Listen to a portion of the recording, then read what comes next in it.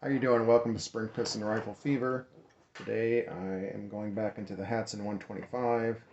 I'll show you the piston seals I got, and I'll show you how tight this one is that's inside here currently.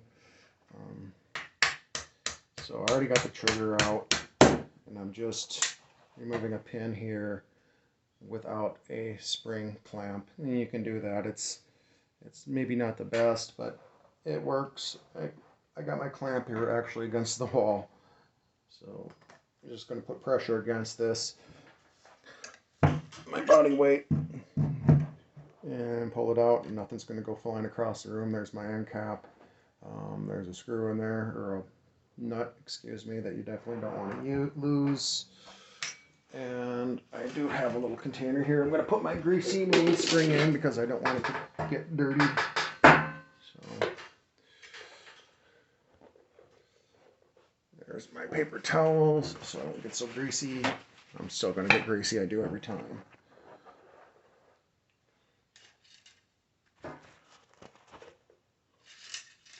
So I just have a light coat of Molly on my mainspring. The guide isn't, yeah, it's definitely not tight, but it's not like wiggling around in there either. So I'll just put that guy in there, and I'm going to set that right here out of the way. Wipe my hands off. Now to get the piston out, you got to disassemble these so far. It's not like an easy thing. There's so many different things you got to do.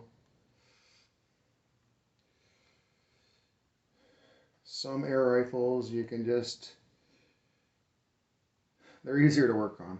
You don't have so much to disassemble. So I take that little screw out, and I'm going to take the bigger screw out with a bigger screwdriver I have. Actually, I'm going to break the barrel open to make that easier to open. Takes the pressure off the nut here, and that's something you definitely want to do.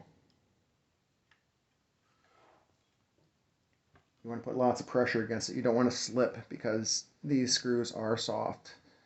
And all air rifles, you will gouge the screw. It's not just the Hatsans. My HWs all have gouged screws from me going in and out of them. So I'll take that screw out. That little screw is going to go with it. I'm going to put that back in my pile. I have a little pile right up here of everything. Pull this, tilt that to the side. It has a few washers on it. Don't lose those. Mike Ellingsworth, he has videos on this, of course, and I'm sure they're 1,000 times better than mine, but I was requested to go into this a little bit, and I'm not going to fully go into it. Too much talking makes me forget what the heck I'm doing. So there's my washers. I'm going to put them on a piece of plastic right over here at the side. Actually, while I'm doing that, I'll show you the original piston seal that came out of there. So this is the original piston seal. And I was getting almost 30 foot-pounds of energy out of this rifle with this. But it has a tiny nick right up here at the very top that the camera might not even pick up. So I thought I would replace it. So I used the piston seal that I had in my Walther Talon Magnum. Such a mouthful. I used that, and it was incredibly tight when I put it in that rifle. So this is still pretty tight. It takes quite a bit of strength to pull back like that.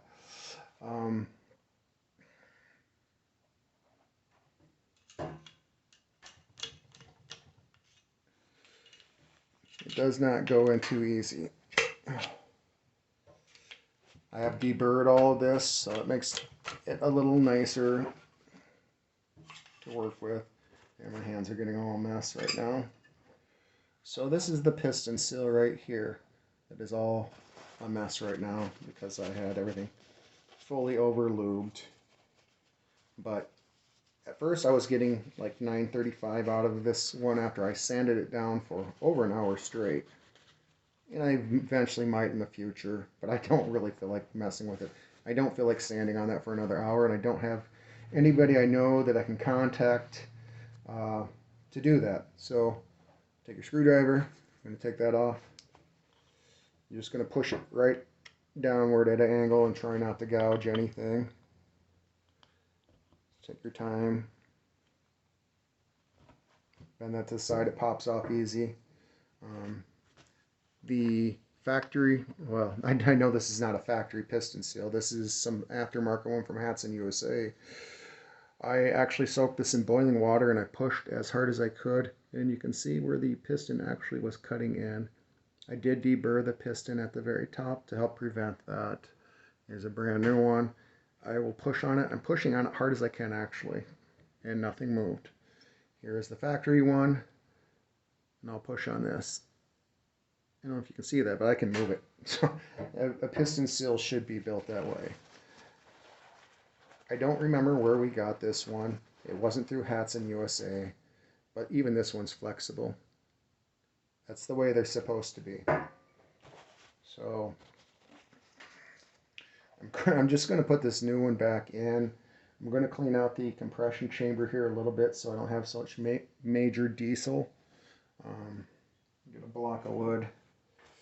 So this is how you put your piston seal on, and you push down at an angle and you twist that thing and it pops on. As easy as that. That's how they should go on.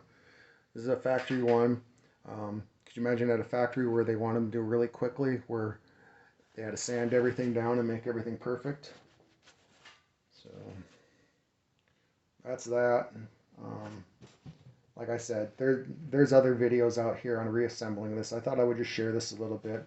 Well, actually, I'll put this in the tube once here, and I'll just take it out and clean it. I already deburred this, but you still want to take your time. So apparently somebody did it before.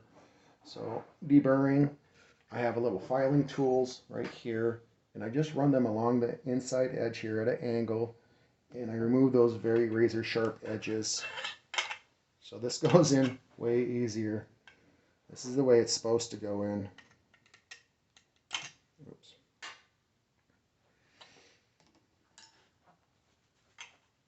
Oh, yeah.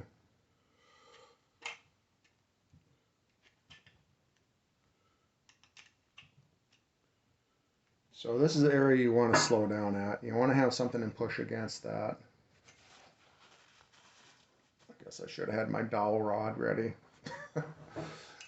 So you got your piston and your piston seal about right there, and you're going to want to push against that while pushing your piston down inside. So there's lots of videos like that also, and I'm not going to just push right now. I need to find my little dowel rod. It's a little dowel rod that will fit right into my compression tube, and then I'll push that down. And like I said before, with this piston seal, this is the aftermarket one. Actually, I was dropping down to the low 900s to 924. Perhaps if I would have shot this enough, it would have broken totally, but I don't feel like doing that. It is actually currently hunting season right now, and I have not went out and attempted because I like to have a little snow, but I still want to get out here really soon and do some squirrel hunting and cottontail hunting. So I've seen them out in the country, but in tall grass they're really hard to see and shoot, especially with an air rifle. Shotgun time, the perfect time for hunting cottontails. You see the bunny going through the grass and you can blast them. With an air rifle, you need to take a good headshot. So if you like the video, give me a like, comment, subscribe. Nice comments, I'd appreciate it. If I get attacked, those comments don't make it.